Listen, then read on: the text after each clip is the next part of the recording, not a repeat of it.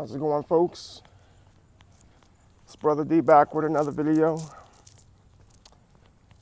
I have made it a point to turn off the world for the majority of this year, mainly because last year I invested so much time and so much energy into the current events. You know, C-19, rigged elections, political agendas, BLM, so much stuff I got myself involved with and voiced my opinions, arguing with people in real life and online. It was such a stressful time period for me, all while still trying to conduct Bible studies and make biblical videos and whatnot. I told myself this year, you know, I don't want to do that to myself again, because mentally that really took a toll on me. It just really wore me down, and I just didn't want to experience that for a whole another year, and realize that, you know, the corruption in this world is never going to go away. It's always going to be here. That's just the way that it is. Ever since the beginning, you know, sin crept into the world, the fall of man. It's just never going to go away. You know, as believers in Christ, we just need to make sure that we're living holy and upright in the eyes of God, doing what it is that pleases Him, and trying our best to be as pure as possible in this world, while still trying to do it with a smile on your face, while still trying to do it and live a normal, healthy life. Because make no mistake, there's some people around here, and some of them are Christians. They live so paranoid. It's almost like they live in orchestrated fear. You know, they barely smile. They're always on the edge of the seat. And I get it. The things that go on in this world it's depressing. It's sad, sickening. Very little is positive, which is why as Christians, believers, it's up to us to be the salt of the earth, like the Lord told us. It's up to us to be the light of the world. It's up to us to shine and to show people, hey, fear not. Be joyful. Be happy. It's hard to do that when you are hyper-focused on the things that go on in this world. It was brought to my attention really over the last couple of days. And the reason that it was brought to my attention is because I was talking to my wife, and, you know, our children, I've stated this on this channel before. I don't talk about it enough, but I've said it. Last year, my kids did virtual learning. We didn't want to send them to school. A lot of people opted for it for the sake of being in control of the child's education and protecting them from, you know what.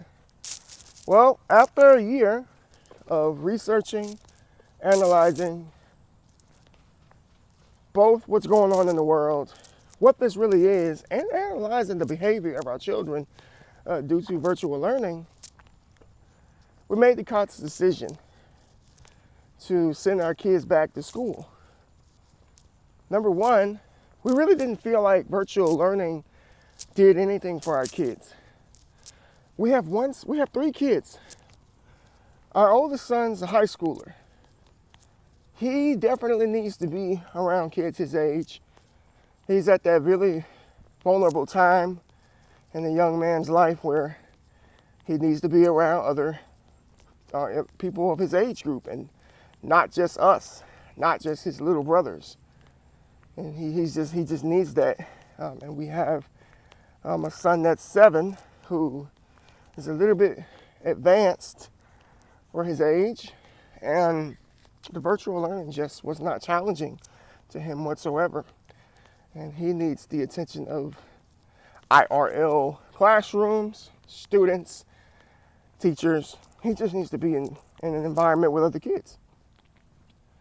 And our youngest son, who just turned 6, he needs extra attention when it comes to class, because the whole time we did virtual learning with him, he had a very hard time staying focused. He's real fidgety. That's just him. He knows how to do his work. He knows. But the fact that he was at home, he's way too comfortable, way too relaxed, and it was very difficult for him to stay on task. And me and my wife both agreed that each of them need to be in school, for their own various reasons. So we made the decision to send our kids back to school. So along with that, of course, I had to say, okay, well, let me see what the heck's going on in the world and what the protocols are now. What are they making people do? I stay in the state of Florida, by the way. And Governor Ron DeSantis, some people love him, some people hate him. I don't have a problem with him. I kind of love his logic, to be honest. He doesn't play the political game, and he's science-based, of course, when it comes to logic and how to handle this current situation. Because let's be honest, most people are utilizing this for political gain. We all know that. And if you think that that's not the case, you're sadly mistaken. You need to wake up. Like, really. Wake up. Stop being the sheep. Stop believing everything the news says. Stop believing everything that people in white coats say. And I'm being very careful with my words because I don't want YouTube to go flagging and taking stuff down. I've learned that there's certain terminology that you have to use on platforms such as this. Okay. But anyway, you gotta stop believing what the TV tells you.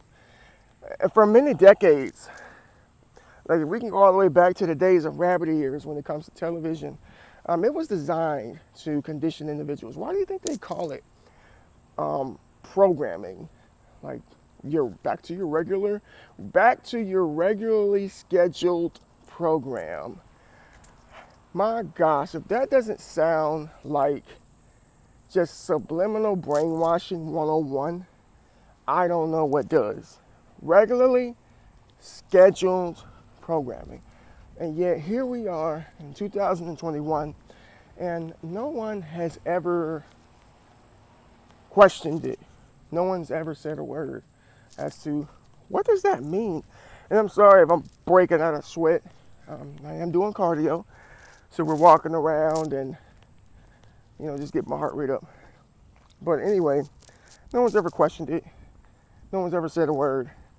But yeah, that's what it is. And here we are in the age of 4K and digital, what have you. People are brainwashed. And they're still dishing out your daily dose of regularly scheduled programming. Programming for what? You see it. Mindset. It's all showing through the actions of individuals in society.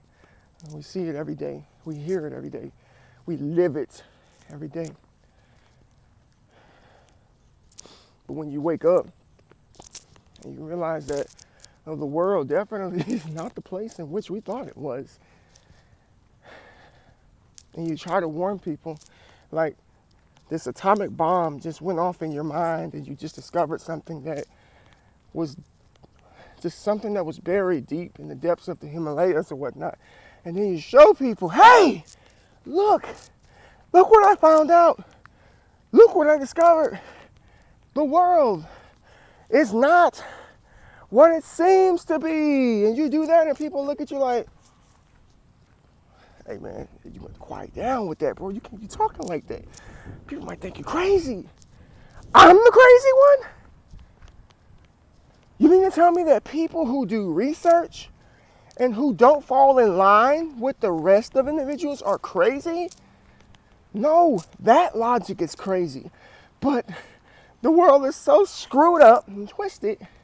The Bible says that there shall come a day where they will call good evil and evil good in the book of Isaiah. We live in the world so twisted up, so screwed up, that it cannot recognize what is truth and what is a lie. Lies have been filtered and laced to meet the standards and appease the preferences of the people. Tell the people what they want to hear, they'll listen to you. Give the people what they want, they'll listen to you. And that is the lie that has been given to us for centuries. And people still eating the candy. The candy that is laced with cyanide, killing you softly, in the words of Lauryn Hill, every day. What's going on in the world? What's really happening? Where are we going?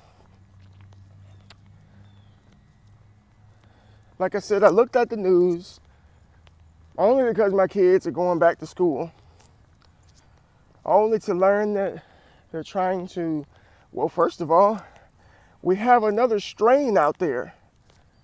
And I was not aware of this. I knew something was up because I heard people start talking, and I just didn't bother looking at the news because it's like, well, what's the point? We can't change anything, and I put my trust in the Lord. I'm not stressing out over this like I did last year. So that's how I decided to go about this. But then I look more and I read more, and they're trying to push masks on kids in school, and thank God we have a governor that has a brain that's against that. Now, it's not said that that's what they're going to do, but that's what they're pushing for. But the fact that they're talking about it now, just really leads me to believe, okay, what direction are we going in? I've talked to a couple of people, and they all kind of feel the same. Like, well, it looks like we're going backwards again. It looks like we're going in the direction that we were last year around the spring when everything was shut down and closed down. We can't afford another shutdown, folks. We can't. We have a man in the White House who I just refuse to acknowledge, but at one point was saying close stuff down, during the election. And then now I read something yesterday, or saw something yesterday that said, we're not going to shut down due to DV. And if you don't know what DV is, then do a Google search on the new strand. Because like I said, strain. Because I'm not trying to, like I said, I'm using keywords. DV, you should know what that is if you've been watching the news. We're not shutting down because of that. Well, I thought you was the same person that said we were going to shut down while you were running. So the contradictions are already coming out of this man's mouth. This is why I don't want to listen to him. I'm not saying that, the last president was any better, but golly, like contradictions long before 6 months into your reign. But yes, ladies and gentlemen, this video is designed, well, wasn't designed. This video is made to get you to think a little bit.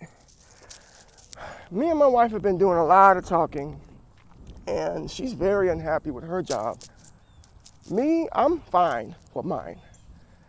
But she's unhappy with her job because they called her yesterday telling her, hey, we need to go back to wearing masks again. And she called me right after that. She was so mad, she called me after she got off the phone with her manager. She was so upset. She was like, I cannot believe that we're going back to this again. I cannot believe it. Like, what's the point? Now, for those of you who believe that masks are effective, this is the same conversation that cost me a friendship, really, with somebody that was pretty near and dear to me. But that's just what politics do. It has the capability of destroying friendships and even in some cases, family relationships. It happens. But she just didn't see the logic behind it, especially since we have the shot or the pin or whatever you want to call it on hand. And apparently that's not doing what it's supposed to be doing. But yet you push something so hard only for it to fail or to not be as effective as you say it was supposed to be. And now we're going backwards again. How many times, folks, are you going to let these people pull you up and down the street like the Raggedy Ann doll? How much are you going to let them do this to you? How much of your emotions need to be toyed with? And how much uncertainty do you need to be dealt as to whether or not you're going to have a job in another 2 months? Okay, now we're getting real. Did we forget about how many people was out of work last year? Did we forget that that was the worst move that we could have possibly made? Because it didn't help anything. Shutting down the world did not help. It didn't help anything. Nothing. All it did was cost people their homes. All it did was raise unemployment. All it did was cause people to come out of the pocket even more to take care of the people who didn't have any work. All it did was cause people to go crazy. All it did was just cause chaos. Shutting down the world did nothing. But yet that might be the direction that we might be headed. Some of these states are already talking about locking down next month. That's like in another 2 days. How are they going to handle that? How? How is that going to work when it failed the first time? I don't understand. Who in the world is paying attention to what's going on in this world? Who? Folks, the purpose of this video is to get you to think. You need a backup plan. You need a backup plan. My mom, so full of wisdom she is, I just saw her a few days ago, is always trying to push me and my wife to be better. She's always trying to push us to utilize the skills in which we have. She's always trying to push us past our limit and to get us to not depend on others for the sake of taking care of our family. And I feel that, I second that. And I've always felt like that, but it's just good to have a mother that reinforces it. Some people are not so lucky, or I say blessed. And I second that. And I want to encourage everybody out there, to really give that some thought. Like, what are you going to do if this hits your state? I stay in Florida, so Florida definitely is going to fight tooth and nails before any type of mandate is laid down to close down stuff. It's going to fight. But states like California, unfortunately, oh my gosh, I don't even want to visit that state, let alone live there. Feel sorry for anybody who lives there. But anyway, this is no offense to you. If you may be some believers out there, some really decent people who live in the state of California, and this is not individualized to you. It's just how that state is ran. But what are you going to do if that blight hits us? Like, what's the plan? What's the plan? Well, you need a plan. You need something that nobody can take away from you, like a skill or a trade or something. You need something that, even if the world shuts down, you'll be able to do. And it'll be something that people need. Because let's think about this for a second. I mean, my mom wants to open a coffee shop, or coffee trailer. That's just something she's always wanted to do. And let's just say the world shuts down and, Starbucks closes and wherever other popular coffee shop is known worldwide. What if they just close and they have no more coffee for you to drink? But yeah, you have entrepreneurs out here who have their own businesses and they just so happen to be coffee shops, you know, guess who's going to get all the business? The entrepreneur, the person who was ready, the person who makes their own rules. Or whether it be something, I don't know, like there's just so many different trades out here that you can get yourselves involved with. My wife is very creative, very, very creative. There's a lot of things she can do. And it's like I stated earlier, she can't stand her job, mainly for just a number of reasons. But I'm always trying to encourage her, hey, put your foot down on the gas and take business to the next level. Because even though now your job's like, hey, we want you to wear masks, it's only a matter of time before they start saying, hey, you need to get the vaccination or otherwise you can't work.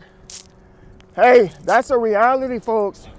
It's nurses right now that's losing their jobs because they don't want to take the shot. It's people in governmental positions who don't want to take it that's losing their jobs. I see it. I see it. I think working for the government right now is probably the worst job you could have.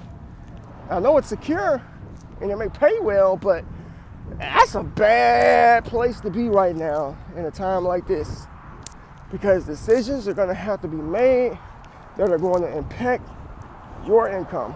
Think about that. So what do? Like I said, you need a skill. You need a trade. You need something that nobody can take away from you, because the way that it's looking, we may be going at least partially to where we were last year.